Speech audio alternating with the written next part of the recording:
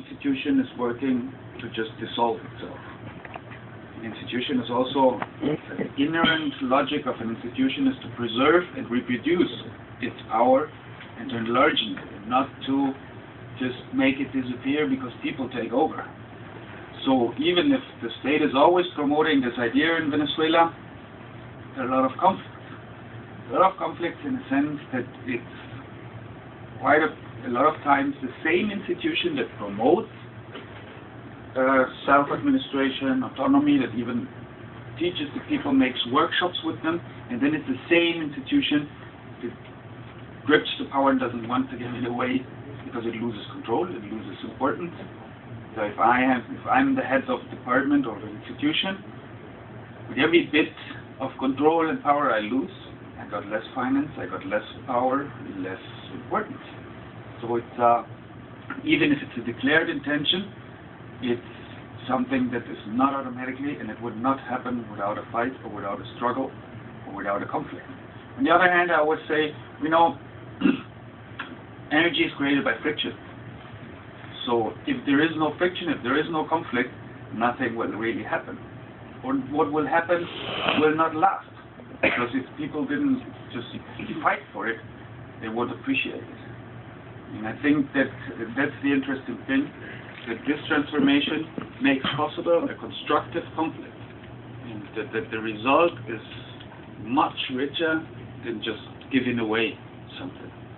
At the same time, it's also, I think, not like many people think that all the workers want workers' control and everybody wants to administrate his whole life.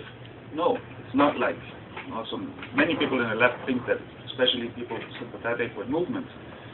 But who's really working on the ground knows it's usually the contrary. People tend to be not involved. It's much easier to go home and drink a beer and watch TV than take care of your own life, Instead, starting going an assembly and decide things collectively. So it's also a process to teach, and especially in Venezuela, where there's a strong paternalistic culture, where the whole system always worked in a way, because the economy is based, like 80% of the revenues are oil revenues. That means that the state was always the biggest, since the nationalization in the 70s, the biggest amount of money is administered by the state. So everything goes through the state. So it's not work that is sharing the social richness produced, but it's the access to the state. So that creates also a parallelistic culture that I'm not used to, or not even used to. It didn't make sense in many cases to work, because you worked and you couldn't feed your family. It made much more sense to know somebody in the government or in the oil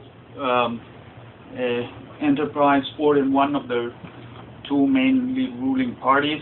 That would bring you much more money in maybe 2 hours than you could get working 2 months. And we know that cultural changes are much more difficult and take much more time than simple materialistic redistribution. And that is something that without a doubt happened in Venezuela. We can look up, and this is like quite contrary to all the informations we always get by the press, but we look like Human Development Index. Venezuela is one of the countries in Latin America that had the highest rise during the last year. Venezuela in the Gini index, that is measuring the grade of inequality in the society between rich and poor. Venezuela used to have, still like 15 years ago, with Brazil and Haiti, one of the most unequal Gini indexes of one of the most unequal societies in whole of Latin America. And now you can look up the latest figures. It's just behind Costa Rica and Uruguay, the most equal country in Latin America. So there's no doubt about these changes. These are all official data, not by the government, but used by the UN, etc. Venezuela is today one of the 5 countries in the world with most university population. We've got free health services. University access is free. Many get even a grant. So these are all things that are without a doubt things that change a lot in Venezuela. It happened, and so that the situation, living situation of the majority is without any doubt much better. But that doesn't mean that the way the system works changed or that we're any nearer to socialism. Socialism is not just about social equality. Otherwise, we could say Norway is also a socialist country, and it's not. It's just got a lot of revenues and a more or less equal distribution. So the interesting thing is, how can we change power structures, decision structures, and how can we see that people participate and decide themselves about their lives? So that's what I'm very much interested in. Venezuela took up when it refers to socialism. That's also something interesting about the 21st century socialism. It's not just a slogan. On one hand, it wants to make a difference to the so-called state socialism or real socialism that effectively didn't work out. And it connects with the council tradition of socialism, of the Comuna, the commune tradition. And that's interesting because if one considers oneself a socialist scholar or whatever, and one looks up Marx, the only time he just talked once about a different society, and that was about the Paris Commune. He never talked anything about state socialism. That was something that came up with Lenin. And then everybody started thinking, okay, we have to take the state, that is the main aim, and the state will change everything. But that was not the original idea. And even if we look at the second edition of the book about the Paris Commune from Marx and Engels, in the first they didn't really get it, but in the second, in the foreword, they said the workers can't just take over the state machine, because they have to destroy it, because it's not a neutral thing you can just take over and make changes.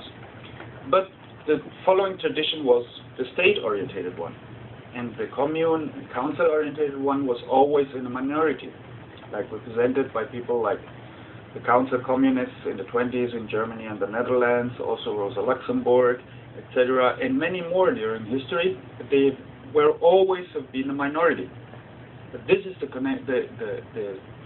tradition, the socialist tradition, the Venezuelan 21st socialism connects to.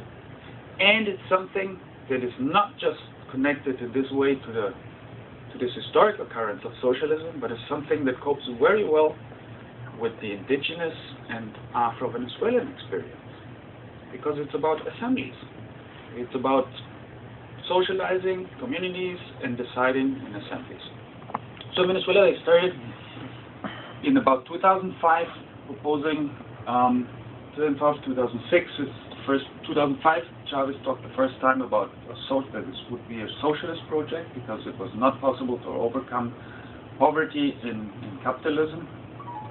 And then starting from 2006, they strongly connected to this council idea.